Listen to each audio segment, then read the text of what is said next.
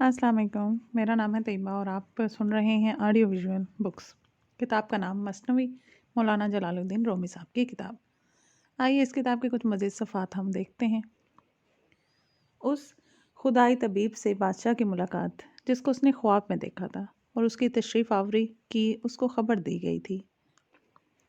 بادشاہ جب اپنے مہمان کے سامنے گیا، بادشاہ تھا لیکن مکمل فقیر بن کے گیا۔ ہاتھ پھیلائے اور اس سے معانقہ کیا۔ عشق کی طرح اس کو دل اور جان میں لیا۔ اس کے ہاتھ اور پیشانی چومنا شروع کی، مقام اور راستے کا حال پوچھنا شروع کیا۔ پوچھتے پوچھتے اس کو صدر تک لے جا رہا تھا۔ بولا، مجھے خزانہ مل گیا، لیکن صبر سے۔ صبر کڑوا ہوتا ہے لیکن بالآخر میٹھا اور مفید پھل دیتا ہے۔ اس نے کہا، اے اللہ کے نور اور تنگی کو دور کرنے والے، صبر کشادگی کی کنجی ہے کہ مصداق، اے تیری ملاقات ہر سوال کا جواب ہے۔ بے شک تجھ سے مشکل حل ہوتی ہے۔ جو کچھ ہمارے دل میں ہے تو اس کا ترجمان ہے۔ جس کا پیر دلدل میں پھنسا ہے تو اس کا مددگار ہے۔ خوش آمدید اے پسندیدہ، اے برگزیدہ۔ اگر تو غائب ہوا موت آ جائے گی، فضا تنگ ہو جائے گی۔ تو قوم کا آقا ہے، جو تجھے نہیں چاہتا وہ بے شک ہلاک ہوا، یقیناً وہ ہرگز نہ رکا۔ جب وہ مجلس اور خوان کرم ختم ہوا، اس نے اس کا ہاتھ پکڑا اور حرم سرا میں لے گیا۔ بادشاہ کا غیبی طبیب کو بیمار کے پاس لے جانا۔ بیمار اور مرض کا حال سنایا۔ اس کے بعد اس کو بیمار کے سامنے بٹھایا۔ اس نے چہرے کا رنگ اور نبض اور کارورا دیکھا۔ اس کی علامتیں اور اسباب بھی سنے۔ اس نے کہا، جو دعا انہوں نے کی وہ تعمیر نہیں ہے، انہوں نے ویران کیا ہے۔ وہ اندرونی حالت سے لا علم تھے۔ جو انہوں نے غلط بیانی کی ہے اس سے خدا کی پناہ چاہتا ہوں۔ اس نے مرض دیکھا اور راز اس پر کھل گیا، لیکن اس نے چھپایا اور بادشاہ سے نہ کہا۔ اس کا مرض سفرہ اور سودا کی وجہ سے نہ تھا۔ لکڑی کی بو دھوئیں سے ظاہر ہو جاتی ہے۔ اس کی بیزاری سے وہ سمجھ گیا کہ وہ دل کی بیمار ہے۔ بدن ٹھیک ہے اور وہ دل کی بیماری میں گرفتار ہے۔ دل کی بیماری سے عاشقی ظاہر ہے۔ دل کی بیماری جیسی کوئی بیماری نہیں ہے۔ عاشق کی بیماری بیماریوں سے جدا ہے۔ عشق خدا کے بھیدوں کا استرلاب ہے۔ عاشقی خواہ ادھر کی خواہ ادھر کی ہے، بالآخر اس شاہ تک ہماری رہنما ہے۔ میں عشق کی تشریح اور بیان جو کچھ کرتا ہوں، جب عشق میں پڑھتا ہوں اس سے شرمندہ ہوتا ہوں۔ اگرچہ زبان کی تشریح روشنی ڈالنے والی ہے، لیکن بے زبان عشق اور زیادہ روشن ہے۔ اگرچہ زبان کی تشریح روشنی ڈالنے والی ہے، لیکن بے زبان عشق زیادہ روشن ہے۔ جب قلم لکھنے میں مصروف تھا، جب عشق پر پہنچا خود قلم چر گیا۔ جب اس حالت کے بیان کی بات آئی، قلم ٹوٹ گیا اور کاغذ بھی پھٹ گیا۔ عقل اس کی شرح میں مٹی میں پھنسے گدھے کی طرح سو گئی۔ عشق اور عاشقی کی شرح بھی عشق نے ہی کی ہے۔ آفتاب کی دلیل خود آفتاب بنا۔ اگر تجھے دلیل درکار ہے تو اس سے منہ نہ موڑ۔ سایہ اگر اس کا پتہ دیتا ہے، سورج ہر وقت جان کو نور دیتا ہے۔ سایہ قصہ گوئی کی طرح تجھے سلاتا ہے۔ سورج جب نکلتا ہے چاند شک ہو جاتا ہے۔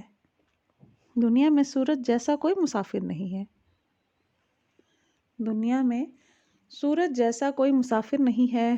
روح کا سورج باقی ہے، جس کے لیے کل گزشتہ نہیں ہے۔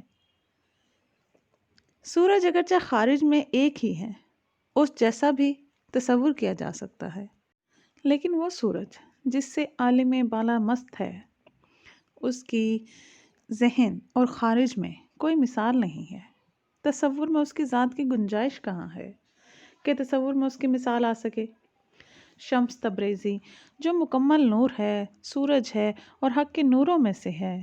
جب شمس الدین کے چہرے کی بات آ گئی، چوتھے آسمان کے سورج نے منہ چھپا لیا۔ اب جب کہ میں نے ان کا نام لیا ہے تو ضروری ہو گیا ان کے انعام کی تھوڑی سی شرح کرنا۔ اس وقت میری روح مستعد ہو گئی ہے۔ اس نے یوسف کے لباس کی خوشبو سونگھی ہے۔ برسوں کی صحبت کا حق ادا کرنے کے لیے اس خوش احوال کا کچھ حال بیان کر، تاکہ زمین اور آسمان ہنس پڑیں، عقل، روح اور آنکھیں 100 گنا ہو جائیں۔ میں نے کہا، اے دوست سے دور پڑی ہوئی، اس بیمار کی طرح جو طبیب سے دور ہو، مجھے مجبور نہ کر، میں فنا میں ہوں۔ میری سمجھ درماندہ ہے، میں پوری تعریف نہیں کر سکتا۔ مدہوش جو بات بھی کہے، خواہ تکلف کرے یا دراز بیانی کرے، مناسب نہیں ہے۔ جو کچھ وہ کہتا ہے، چونکہ وہ مناسب نہیں ہوتا اور تکلف کی وجہ سے بہت نامناسب نظر آتا ہے، میں کیا کہوں، میری ایک رگ بھی ہوش میں نہیں ہے۔ اس یار کی تفصیل جس کا کوئی شریک نہیں ہے۔ میرا تعریف کرنا ہی خود تعریف نہ کرنا ہے، اس لیے کہ یہ وجود کی دلیل ہے اور وجود غلط ہے۔ اس فراق اور خون جگر کی تفصیل اب دوسرے وقت کے لیے چھوڑ۔ اس نے کہا، مجھے کھلا، میں بھوکی ہوں، جلدی کر کے وقت تیز تلوار ہے۔ اے دوست، صوفی ابن الوقت ہوتا ہے، کل کا حوالہ دینا طریقے سلوک کوئی مناسب نہیں ہے۔ مثلاً صوفی ابن الحال ہوتا ہے، اگرچہ دونوں مہینہ اور سال سے بے نیاز ہیں، شاید تو خود صوفی نہیں ہے، نقد کی ادھار سے تباہی ہوتی ہے۔ میں نے اس سے کہا کہ یار کا راز چھپا ہوا اچھا ہوتا ہے، البتہ تو اس کو قصہ کے ضمن میں سن لے۔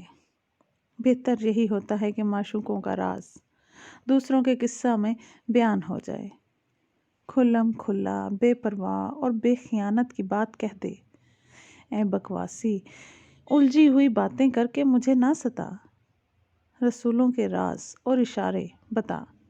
دین کا ذکر کھلم کھلا بہتر ہے نہ کہ پوشیدہ۔ پردہ اٹھا دے اور بے پردہ کہہ، کیونکہ میں محبوب کے ساتھ پیرہن میں نہیں سما سکتی۔ میں نے کہا، اگر وہ آنکھوں کے سامنے بے پردہ ہوگا، نہ تو رہے گی، نہ کنارہ، نہ وسط۔ مراد مانگ، لیکن اندازہ کے مطابق مانگ۔ خاص کا ایک دن کا پہاڑ کو برداشت نہیں کر سکتا۔ وہ سورج جس سے یہ عالم، سارا عالم روشن ہے، اگر تھوڑا سا آگے آ جائے تو سب کو جلا دے، تاکہ دنیا کی جان کا دل تباہ نہ ہو۔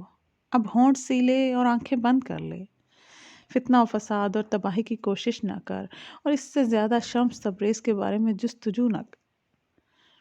اس بات کا اختتام نہیں ہے، شروع سے بات کہہ، جا اس تمام قصے کو پھر بیان کر۔